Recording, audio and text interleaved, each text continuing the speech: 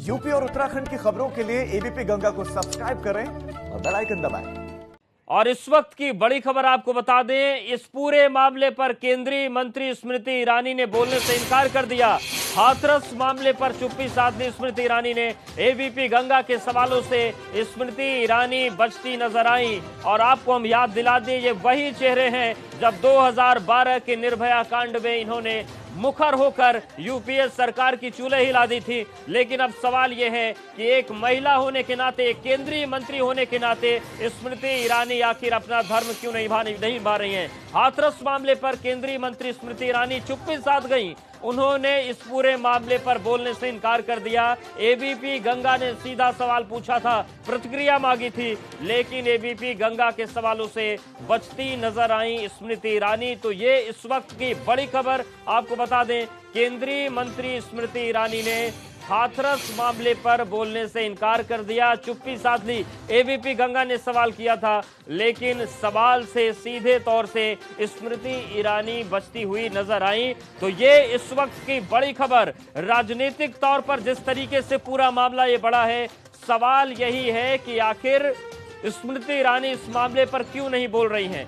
क्या एक महिला होने के नाते उन्हें इस पर बोलना नहीं चाहिए? क्या एक केंद्रीय मंत्री होने के नाते उन्हें नहीं बोलना चाहिए, या केवल इसलिए स्मृति ईरानी इस पर नहीं बोल रही हैं क्योंकि ये उनकी सरकार से जुड़ा मामला है? और सबसे अहम बात ये कि अमेठी की सांसद हैं स्मृति ईरानी, उत्तर प्रदेश से सीधा ताल्लुक है।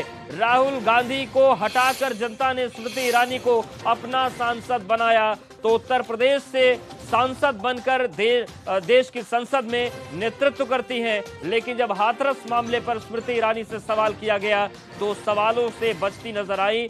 सवाल यही है कि आखिर क्यों हाथरस मामले पर क्यों जो भाजपा के जनप्रतिनिधि हैं वो नहीं बोल रहे हैं?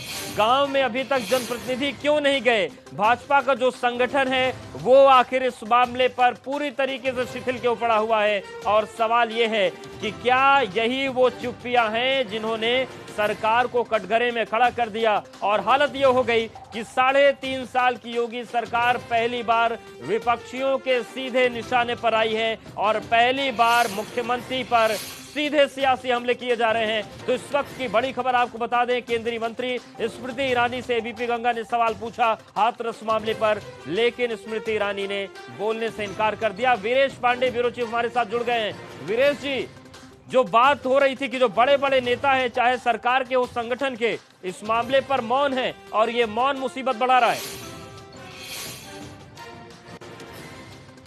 देखिए, ये इनका जो पद है महिला कल्याण मंत्री है, महिला कल्याण, ये वही चेहरे हैं जो गला फाड़ फाड़ कर यूपीए सरकार को घेरते थे। और निर्भया कांड के समय जो हंगामा हुआ था, मैंने खुद दिल्ली में कवर किया था, ये वही चेहरे हैं जो निर्भया कांड में लाठी खा रहे थे, कपड़े फड़वा रहे थे, चिंगाड़ चिंगाड़ कर बोल रहे थे। ऐसे में हाथरस पे स्मृति ईरानी महिला कल्याण मंत्री बोलने को तैयार नहीं है।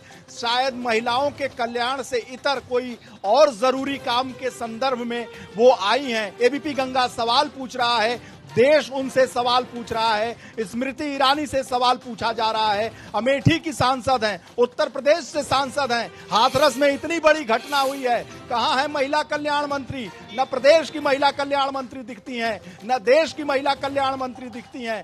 केवल और केवल राजनीति की जा रही है। इन महिला कल्याण मंत्रियों का क्या काम है? महिलाओं के कल्याण पर क्या इनका बयान नहीं आना चाहिए? क्या इन्हें हाथरस नहीं जाना चाहिए? क्या मुख्यमंत्री को और केंद्रीय नेतृत्व को, इन महिला कल्याण मंत्रियों को हाथरस जाकर पीड़िता के परिजनों से, महिलाओं से मिलने का कोई औचित्य नहीं बनता है? क्या सरकार से एबीपी गंगा ये पूछना चाहती है कि महिला कल्याण मंत्री जो ये बनाई गई हैं, क्या ये केवल एक सजावटी पद है? क्या ये जो मंत्रालय है, महिला कल्याण मंत्रालय, ये एक सजावटी मामला है? महिला कल्याण पर कब बात होगी? क्या दूसरे राज्यों में जहां भारतीय तमाम जनता सवाल है पार्टी वीरेश जी, और एक और अपडेट दे दें दर्शकों को कि लगातार एबीपी गंगा स्मृति ईरानी को फोन कर रहा है, फोन से बात करने की कोशिश कर रहा है कि आप सामने नहीं बोल सकती, फोन पर प्रतिक्रिया दे दीजिए। लेकिन स्मृति ईरानी बार बार फोन काट रही हैं और बात करने को तैयार नहीं है। और सवाल वीरेश जी यही है कि विपक्ष में रहेंगे तब महंगाई भी दिखती है, विपक्ष में रहेंगे तो महिलाओं की असुरक्षा भी दिखती है,